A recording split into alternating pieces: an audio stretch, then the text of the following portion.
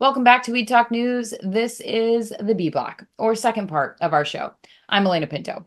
While the DEA's public comment period on the anticipated rescheduling of cannabis to Schedule 3, we continue to urge our viewers to go to the regulations.com webpage to contribute your story and reasoning why cannabis should be moved off the most restrictive level. We continue to share the link and the QR code that takes you directly to that page so you can share your own cannabis story. This past week, in the Arizona Republic newspaper, a reader who suffers from chronic pain explained his frustration with the current laws about gun ownership if you are an official medical card holder in the state. Right now, the federal illegality of the plant restricts gun owners from buying or registering their rightful ownership under the Second Amendment and the right to bear arms. With cannabis expected to move to Schedule 3 and still be a controlled illegal substance, the writer made an interesting argument that he's using cannabis instead of opioids for his chronic pain in a legal state. This is just another example of the uncertainties about the impact of this expected move by the feds. With more from Arizona, here's Karen Black. I'm Karen Black from Greenfinger Consulting with the Arizona Cannabis Report for Weed Talk News. Workers at two Zen Leaf dispensaries in Phoenix and Chandler have ratified their union contracts after a 2-year process, making them the first cannabis workers in the state to do so. The agreement includes various benefits, such as scheduled wage increases and paid time off. Zenleaf's parent company is MSO Verano Holdings. While some view unionization as a positive milestone, others in the industry have expressed concerns. 7 other cannabis workplaces in Arizona have also voted to unionize, indicating a growing trend in the sector and not just here.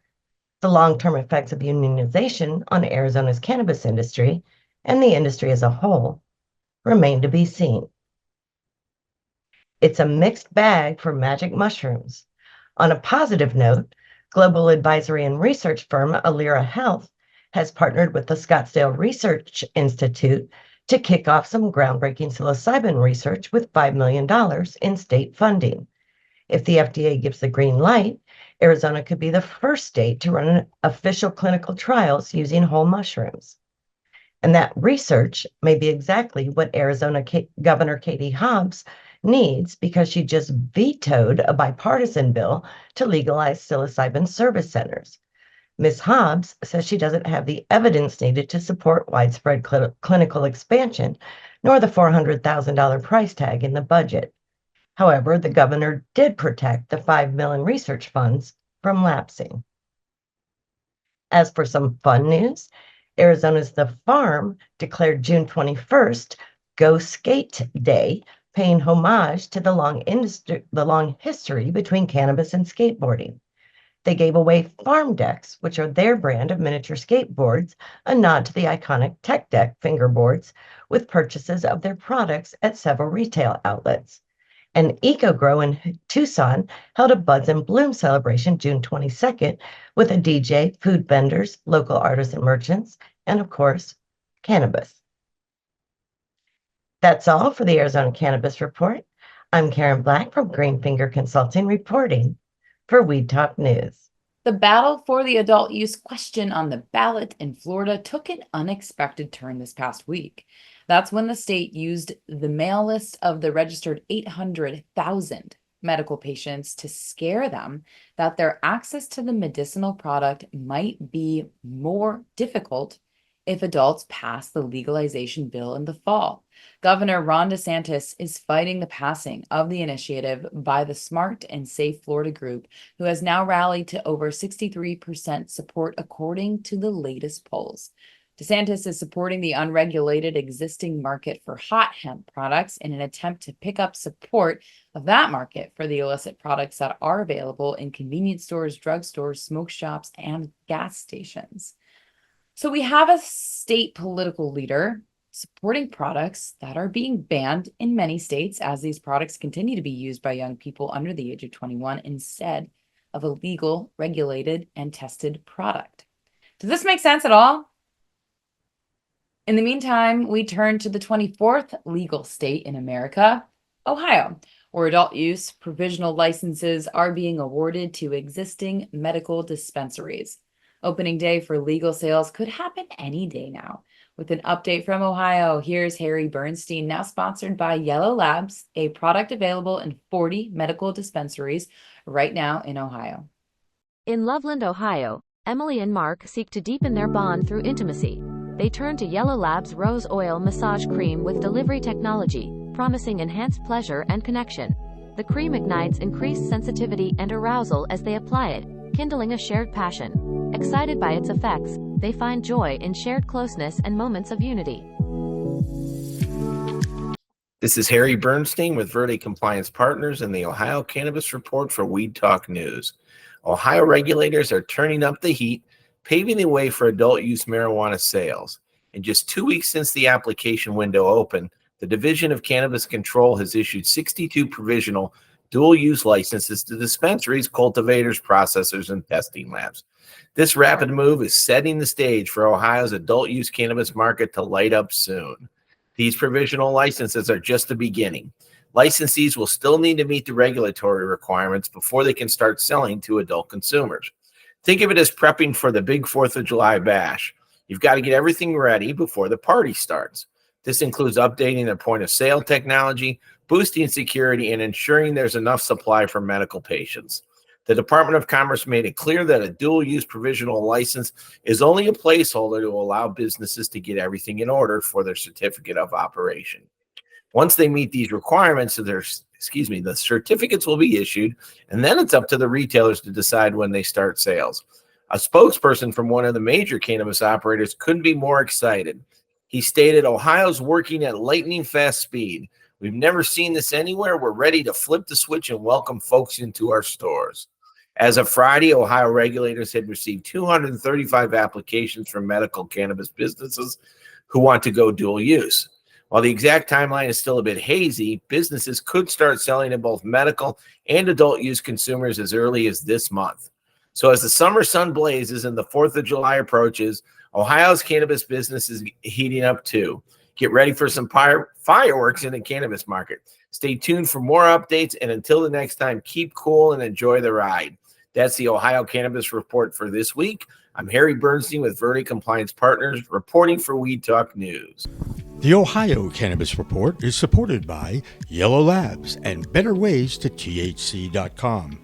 Search for Yellow Labs near me and find one of 40 dispensaries in Ohio carrying these amazing mists and creams.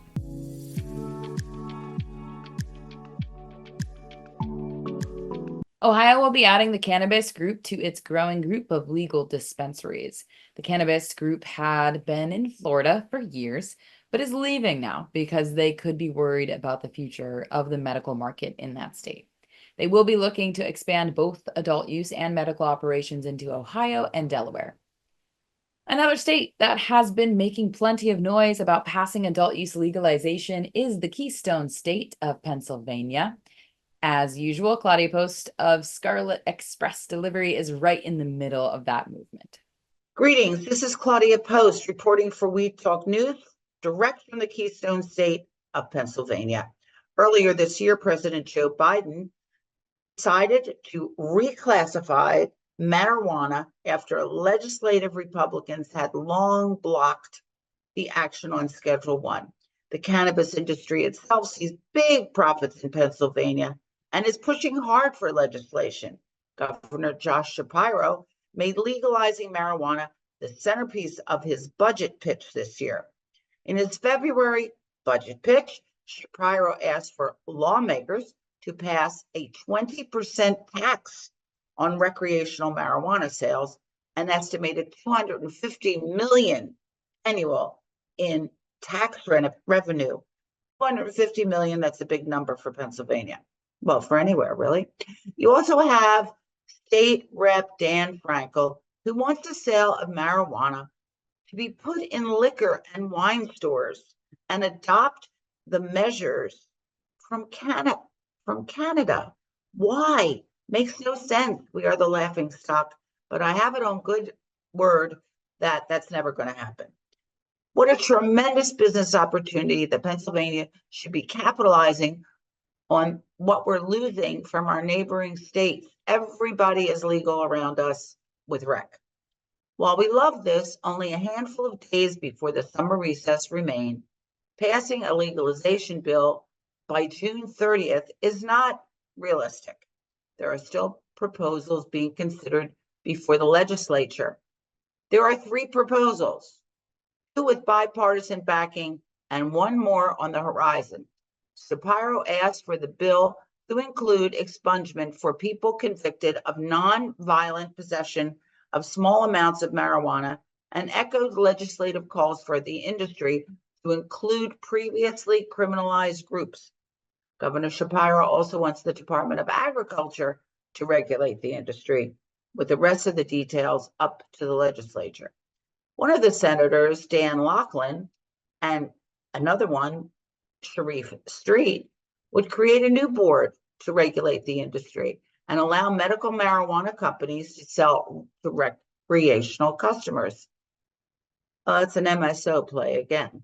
The bill addresses calls for social justice with reduced permit fees, social and economic applicants. This will allow established sellers, such as publicly traded MSOs, to receive additional permits if they partner with a social equity applicant. Interesting. Applicants will need to make less than $75,000 a year and have been arrested for non-violent offenses or lived for the last 5 of the 10 years in a location higher than average in poverty or incarceration rate. The next bill is a bipartisan House bill, which proposed this week, co-sponsored by Emily Kincaid, mirrors much of Laughlin and Street's proposal. However, it will allow existing companies to receive additional permits only once social equity clients have opened their doors. The measure creates a legal framework for the non-medical sale of marijuana and priority given to disadvantaged groups, an emphasis on social equity, criminal justice reform, and opportunities for individuals disappropriately impacted. So I don't understand. The bill is 220 pages long. Why is the bill 220 pages long? I don't understand. I guess that's what people have to do, is just write long bills. If the Department of Agriculture, in regulating both the existing medical marijuana program and the new recreational sales to give priority licensing to small businesses and businesses owned by veterans, as well as women and minorities, as proposed by Shapiro, rather than creating a new board. When the bill is introduced formally this month, it will join other legislators that seek to legalize recreational marijuana. Are we on the path to get this done? Only time will tell. And don't forget to vote. Thank you. That's Claudia Post reporting for We Talk News.